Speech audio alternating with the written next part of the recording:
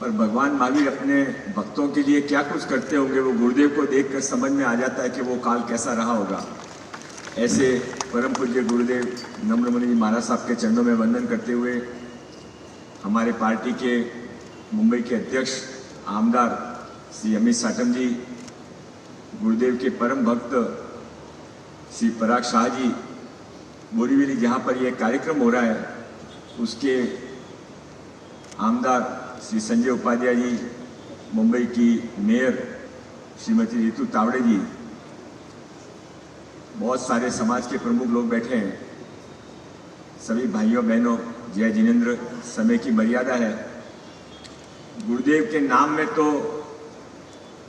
नम्र मुनि, गुरुदेव नम्र मुनि महाराज साहब हैं, पर जो गुरुदेव को नजदीक से जानते हैं उनको पता है कि हमने इतिहास में तो पढ़ा है कि कभी जब हम पर आक्रमण होता था, कभी जब पालीताना के ऊपर कोई मुगल घुसाए थे तो हमारे गुरु भगवंतों ने हाथ में उस समय हथियार भी लिए थे।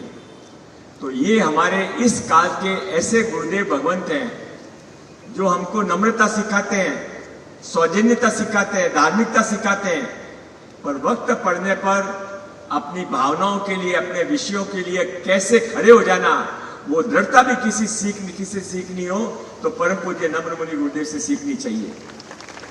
आज अभी जब महापौर बोल रही थी तभी हमारे अध्यक्ष अमित साटम जी और मैं बात कर रहे थे, उन्होंने एक चमत्कार तो बताया कि गुरुदेव से मिलने के बाद में वो नगर सेविका बन गई, पर अमित जी कहने लगे कि एक चमत्कार जो लोगों को मालूम है वो भी बताना चाहिए कि गुरुदेव से मिलने के बाद में और माननीय देवेंद्र जी और अमित भाई के आशीर्वाद से वो मुंबई की महापौर भी बन गई।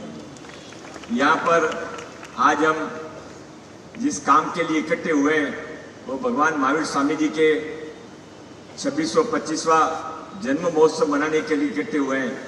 और जब मैं यहाँ पर आया था तो मैंने गुरुदेव से स्टेज पर चढ़ने से पहले कहा, गुरुदेव मैं 1 मिनट आपसे कुछ बात करना चाहता हूँ।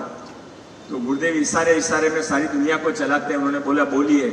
और मैंने गुरुदेव से कहा कि गुरुदेव ये जो चल रहा है सारा कि जैन अल्पसंख्यक है, ये कहाँ तक उचित है?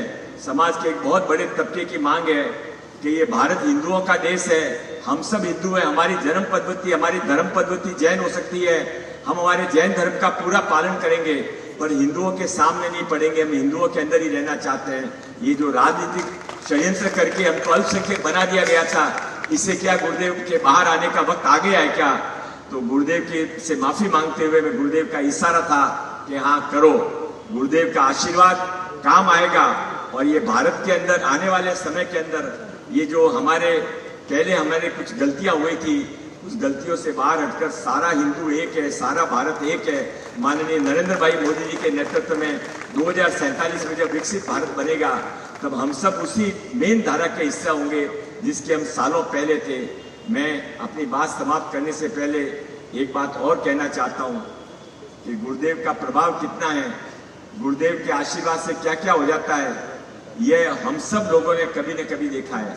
और गुरुदेव जहाँ बड़े बड़े इंडस्ट्रिस्ट, बड़े बड़े व्यापारी, बड़े बड़े पॉलिटिशियन गुरुदेव के चरणों में वंदन झुकाते हैं। और गुरुदेव के आशीर्वाद का ये भी कमाल है कि साधारण आदमी भी गुरुदेव के चरणों में अपने आप को उतना ही नजदीक पाता है जितना कि वो बड़े लोग पाते हैं। ये सबको संभाव से देखने के कारण ये इतना बड़ा जनसमूह, मैं गुरुदेव अभी पीछे यहाँ पर गया था तो मुझे आश्चर्य हुआ कि ये हॉल नहीं भरा हुआ है। अमित जी, इसके जैसे पीछे 2 और हॉल भरे हुए हैं, वो भी फुल फ्लैश है। वो सारे हॉल्स के अंदर यहाँ पर लोग ही लोग बैठे हुए हैं। हमको यहाँ डायरेक्ट देखने को मिलता है, वो टीवी पर देख रहे हैं।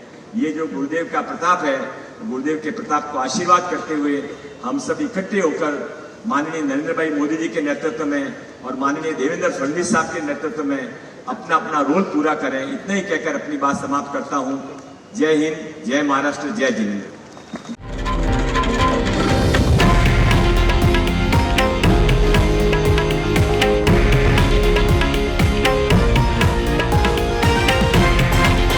हे आहे देशातील नंबर 1 न्यूज नेटवर्क आणि आपण पाहत आहात TV9 मराठी, एकमेव।